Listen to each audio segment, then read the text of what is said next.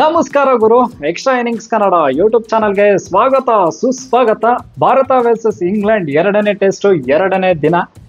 ನಮ್ಮ ಭಾರತ ತಂಡ ಸುಭದ್ರ ಸ್ಥಿತಿಯಲ್ಲಿದೆ ಅಂತ ಹೇಳ್ಬೋದು. ಯಾಕಂತಂದ್ರೆ ಬ್ಯಾಟಿಂಗ್, ಬೌಲಿಂಗ್ ಅಂಡ್ ಫೀಲ್ಡಿಂಗ್ ಮೂರು ವಿಭಾಗದಲ್ಲಿ ಇಲ್ಲಿವರೆಗಂತೂ ಸಖತ್ತಾಗಿ ಮಾಡಿದ್ದಾರೆ. ಕ್ಯಾಪ್ಟನ್ ಗಿಲ್ ಯಾವ ಲೆವೆಲ್ಗೆ ಬ್ಯಾಟಿಂಗ್ ಮಾಡಿದ್ರು ಅಂತಂದ್ರೆ 269 ಹೊಡಿತಾರೆ ಗುರು. ಅವ್ರ ಜೊತೆಗೆ ಜಡ್ಡು ಮತ್ತೆ ವಾಶಿನೂ ಕೈ ಜೋಡಿಸ್ತಾರೆ. ಸೊ 269 ಶುಭ್ಮನ್ ಗಿಲ್ ಅವರು ಅದು ಹೊಡೆದಿರೋದ್ ಬಗ್ಗೆ ಮಾತಾಡ್ಬೇಕು ಅಂತಂದ್ರೆ ರೆಕಾರ್ಡ್ಸ್ ಎಲ್ಲ ಪುಡಿ ಪುಡಿ ಆಗಿದೆ ಗುರು. ತುಂಬಾ ರೆಕಾರ್ಡ್ಸ್ ಬಂದವು ಅಂತ, ಅಂದ್ರೆ ತುಂಬಾ ರೆಕಾರ್ಡ್ಸ್ ಬ್ರೇಕ್ ಆಯ್ತು ಅಂತ. ಏನಂದ್ರೆ ಫಸ್ಟ್ ಆಫ್ ಆಲ್ ಹೇಳ್ಬೇಕು ಅಂದ್ರೆ 269 ಇದು ಒಂಥರ 46 ಇಯರ್ಸ್ ಆದ್ಮೇಲೆ ನಮ್ಮ ಸುನಿಲ್ ಗವಾಸ್ಕರ್ ಅವರು 46 ಇಯರ್ಸ್ ಇಂದ ಒಂದು ರೆಕಾರ್ಡ್ ಇತ್ತು. ಏನಂದ್ರೆ highest score by Indian player in England ಅಂತ, ಅದು ರೆಕಾರ್ಡ್ ಬ್ರೇಕ್ ಮಾಡಿದ್ರು. ಆಮೇಲೆ highest score by Indian captain in SENA, ಅದನ್ನು ರೆಕಾರ್ಡ್ ಬ್ರೇಕ್ ಮಾಡಿದ್ದಾರೆ ಶುಭ್ಮನ್ ಗಿಲ್ ಅವರು ಆ 269. ಆಮೇಲೆ highest score by Indian captain ಅಂದ್ರೆ ಇಂಡಿಯನ್ ಪ್ಲೇಯರ್ ಇನ್ ಸೇನಾ, ಅದನ್ನು ಬ್ರೇಕ್ ಮಾಡಿದ್ದಾರೆ.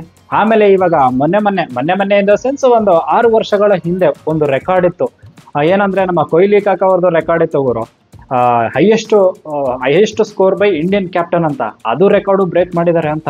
254 ಏನೋ ನಾಟ್ ಔಟ್ ಇತ್ತು ನಮ್ಮ ಕೊಹ್ಲಿ ಕಾಕ ಅವ್ರದ್ದು ವರ್ಸಸ್ ಸೌತ್ ಆಫ್ರಿಕಾ. ಒಂಥರ ಅದು ರೆಕಾರ್ಡ್ ಬ್ರೇಕ್ ಮಾಡಿದ್ರು. ಆ 269 ಏನೆಲ್ಲ ರೆಕಾರ್ಡ್ ಬ್ರೇಕ್ ಮಾಡ್ತು ಅಂತ. ಆ ತರ ಶುಭ್ಮನ್ ಗಿಲ್ ಕ್ಲಾಸಿ ಬ್ಯಾಟಿಂಗ್ ಅಂತ ಹೇಳ್ಬೋದು ಗುರು. ಇದು ನಮ್ಮ ಭಾರತ ತಂಡ ಒಂಥರ ಒಳ್ಳೆ ಸ್ಥಿತಿಯಲ್ಲಿದೆ, ಸುಭದ್ರ ಸ್ಥಿತಿಯಲ್ಲಿದೆ ಅಂತಂದ್ರೆ ಫಸ್ಟ್ ಬ್ಯಾಟಿಂಗ್ ಇಂದಾನೆ ಕಾರಣ. ಯಾಕಂತಂದ್ರೆ ಶುಭ್ಮನ್ ಗಿಲ್, ಜಡೇಜಾ ಮತ್ತೆ ವಾಶಿ ಇವರೆಲ್ಲ ಸಖತ್ತಾಗಿ, ಅಂದ್ರೆ ವಾಶಿ ಮತ್ತೆ ಜಡೇಜಾ ಅಂತೂ ಸೂಪರ್ ಆಗಿ ಇವ್ರಿಗೆ ಸಾಥ್ ಕೊಟ್ರು ಶುಭ್ಮನ್ ಗಿಲ್ಗೆ ಅಂತ ಹೇಳ್ಬೋದು. ಸೊ ಒಟ್ನಲ್ಲಿ ಡೇ 2 ಏನೇನಾಯ್ತು ಏನೇನಿಲ್ಲ ಅಂತ ನೋಡೋದಾದ್ರೆ, first of all Guru 310 run 5 wicket ಹೋಗಿರುತ್ತೆ.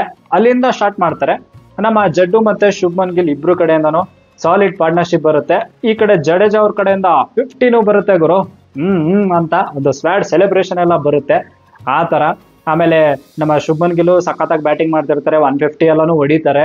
203 ರನ್ ಏನೋ ಪಾರ್ಟ್ನರ್ಶಿಪ್ ಬರುತ್ತೆ ಗುರು ಇವ್ರಿಬ್ಬರ ಮಧ್ಯೆ. 203 ಪಾರ್ಟ್ನರ್ಶಿಪ್ ಬರುತ್ತೆ. 414 ರನ್ ಆಗಿರುತ್ತೆ. ಅಲ್ಲಿವರೆಗೂ ಏನು ಆಗಿರಲ್ಲ, ಸಖತ್ತಾಗಿ ಬ್ಯಾಟಿಂಗ್ ಎಲ್ಲ ನಡೀತಾ ಇರುತ್ತೆ. ನಮ್ಮ ಜಡ್ಡು ಅವರು ಸೂಪರ್ ಆಗಿ ಆಡ್ತಾ ಇರ್ತಾರೆ. ಬಟ್ 89 ಹೊಡೆದಿರ್ತಾರೆ ನಮ್ಮ ಜಡ್ಡು ಅವರು. 11 ರನ್ ಅಷ್ಟೇ ಬಾಕಿ ಇರುತ್ತೆ ಗುರು ಸೆಂಚುರಿಗೆ.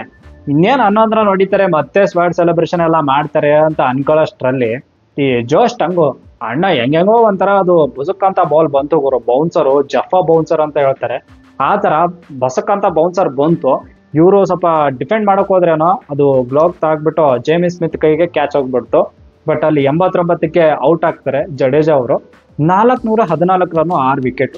ಏನಂದ್ರೆ ಹೋದ್ ಮ್ಯಾಚಲ್ಲಿ ಹೆಂಗೈತಲ್ಲ, ಸಟ್ಪಾಟ್ ಹೊಡೋಮಂತ 4 ವಿಕೆಟ್ ಬೇಗ ಹೋಗುತ್ತೇನಪ್ಪಾ ಅಂತ ಅನ್ಕೊಂಡಿದ್ದೆ. ಆತರ ಅನಿಸ್ತಾ ಇತ್ತು.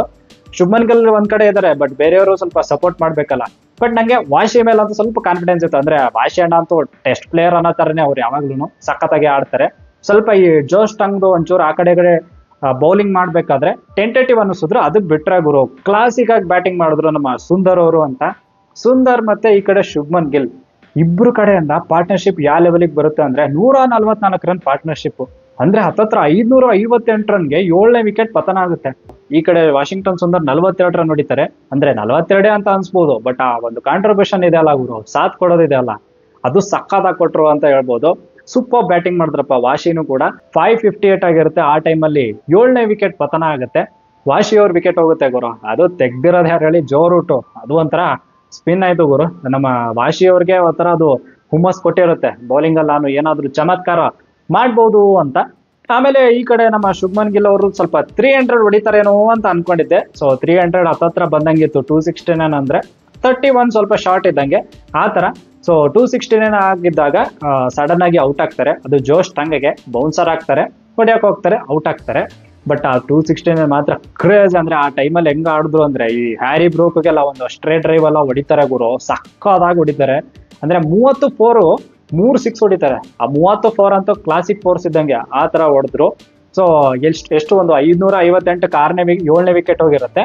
ಈ ಕಡೆ ಶುಭ್ಮನ್ ಗಿಲ್ 574 ರನ್ಗೆ 7ನೇ ವಿಕೆಟ್ ಪತನ ಆಗುತ್ತೆ.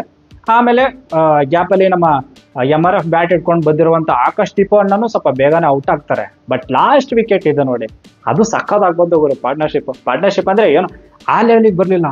But 40 Balu 13 run. ಬಟ್ ಆ 40 ಬಾಲ್ ಆಡ್ತಾರೆ ನೋಡಿ, ಹೆವಿ ಫ್ರಸ್ಟ್ರೇಷನ್ ಆಗಿರುತ್ತೆ ಗುರು ಇಂಗ್ಲೆಂಡ್ ಅವ್ರಿಗೆ. ಸೊ ಈ ತರ ಫ್ರಸ್ಟ್ರೇಟ್ ಮಾಡಿ ಹೆವಿ ಟೈರ್ಡ್ ಆಗಿರ್ತಾರೆ ಇಂಗ್ಲೆಂಡ್ ಅವರು. ಆ ತರ ಸ್ಪೆಷಲಿ ಬೌಲರ್ಸ್ ಅಂತೂ ತುಂಬಾ ಟೈರ್ಡ್ ಮಾಡಿದ್ರು ನಮ್ಮ ಬ್ಯಾಟರ್ಸ್ ಬೌಲರ್ಸ್ಗೆ.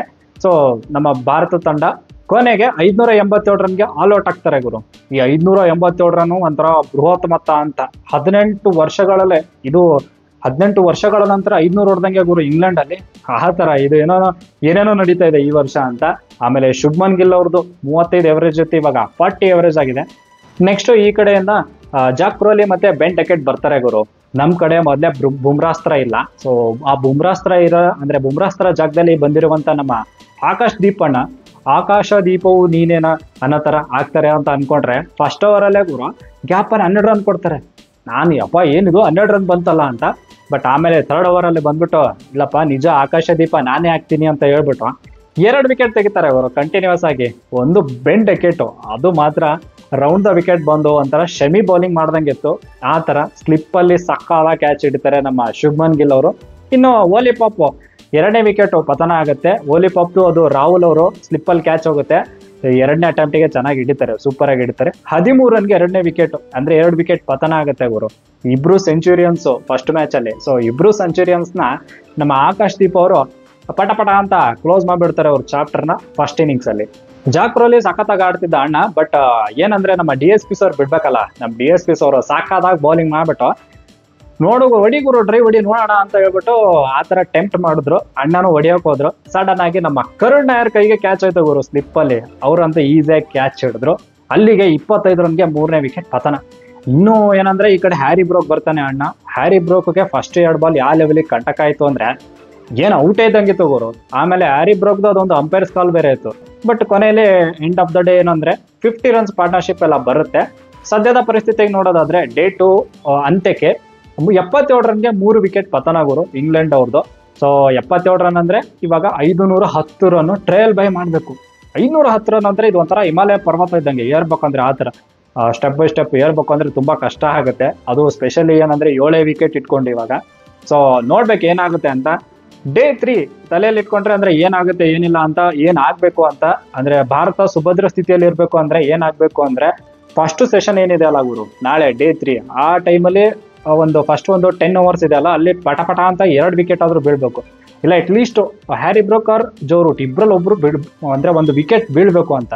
350 ಮೇಲೆ ಆಗ್ಬಾರ್ದು ಗುರು. 350 ಒಳಗಡೆ ಏನಾದ್ರು ಇವರು ನಮ್ಮ ಭಾರತ ತಂಡ ಆಲ್ ಔಟ್ ಮಾಡಿದ್ರೆ ಇಂಗ್ಲೆಂಡ್ ಅವ್ರಿಗೆ ಕ್ರೇಜ್ ಆಗಿರುತ್ತೆ ಗುರು. ಒಂಥರ ಆಲ್ಮೋಸ್ಟ್ ನಾವು ಈ ಮ್ಯಾಚ್ ಗೆದ್ದಂಗೆ ಲೆಕ್ಕ ಆಗ್ಬಿಡುತ್ತೆ. ಆ ತರ ಆಗ್ಬಿಡುತ್ತೆ. ಸೊ ನಿಮ್ಗೆ ಏನ್ ಅನ್ಸ್ತು ಈ ಒಂದು ಡೇ 2 ಏನ್ ಅನಿಸ್ತು? ಆಮೇಲೆ ಶುಭ್ಮನ್ ಗಿಲ್ ಬಗ್ಗೆ 269 ಬಗ್ಗೆ ಏನಾದ್ರು ಹೇಳೋದಿದ್ರೆ ಪ್ಲೀಸ್ ಕಮೆಂಟ್ ಬಾಕ್ಸ್ ಅಲ್ಲಿ ತಿಳಿಸಿ. ಅಂಡ್ ಜಡ್ಡು ಮತ್ತೆ ವಾಶಿ ಅವರ ಒಂದು ಕಾಂಟ್ರಿಬ್ಯೂಷನ್ ಮರೆಯೋದು ಬೇಡ. ಸೊ ಅವ್ರ ಬಗ್ಗೆನೂ ನೀವು ಕಮೆಂಟ್ ಬಾಕ್ಸ್ ಅಲ್ಲಿ ತಿಳಿಸಿ. ಆಮೇಲೆ ಆಕಾಶ್ ದೀಪ್ ಅಂತೂ ಗೊತ್ತಿರೋದೆ ಸಾಕಾದ ಬೌಲಿಂಗ್ ಮಾಡಿದ್ರು. ಅವ್ರ ಬಗ್ಗೆನೂ ಏನಾದ್ರು ನಿಮ್ಗೆ ಅಭಿಪ್ರಾಯ ಇದ್ರೆ ಪ್ಲೀಸ್ ಕಮೆಂಟ್ ಬಾಕ್ಸ್ ಅಲ್ಲಿ ತಿಳಿಸಿ. ಅಂಡ್ ಈ ವಿಡಿಯೋ ನಿಮ್ಗೆ ಇಷ್ಟ ಆದ್ರೆ ಪ್ಲೀಸ್ ಲೈಕು ಶೇರು ಸಬ್ಸ್ಕ್ರೈಬ್ ಮಾಡೋದು ಮಾತ್ರ ಮರಿಬೇಡಿ ಅಂತ ಹೇಳ್ತಾ that's it for the day. Bye. ಜೈ ಕರ್ನಾಟಕ. ಮತ್ತೆ ಭೇಟಿಯಾಗೋಣ. ನಮಸ್ಕಾರ.